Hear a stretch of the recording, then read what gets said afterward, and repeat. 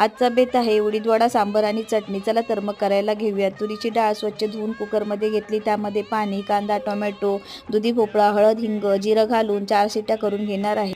इथे मी 5 ते 6 वाट्या उडीद डाळ 4 ते 5 तास भिजायला ठेवली होती. ती आता आपण मिक्सरला बारीक करून घेऊयात. जेव्हा डाळ भिजायला ठेवली त्याबरोबर मी 1 वाटी साधे तांदूळसुद्धा वेगळे भिजायला घातले होते. ते सुद्धा वाटून या डाळीच्या पेस्टमध्ये एकत्र करून घ्यायचे आहे. त्यानंतर यामध्ये ओले खोबरे, आले, जिरं, मीठ आणि खायचा सोडा घालून एकजीव करून घ्यायचा आहे. इथे आपली सांबारची डाळ शिजून तयार आहे. ती घोटून घेऊयात. आता तडका करूयात. तेल गरम करून त्यामध्ये जिरं, मोहरी, हिंग, कढीपत्ता, सुकी लाल मिरची पावडर, काश्मीरी मिरची पावडर, घोटलेली डाळ, पाणी, चवीप्रमाणे मीठ, थोडा गूळ आणि सुहाना सांबर मसाला घालून सांबर करून घेऊयात. इथे चटणीसाठी जे साहित्य घेतले आहे त्याची चटणी करून घेऊयात. वडे करायला घेऊयात. वडे झाले, चटणी तयार आहे. चटणीवर तडका घालून घेऊयात.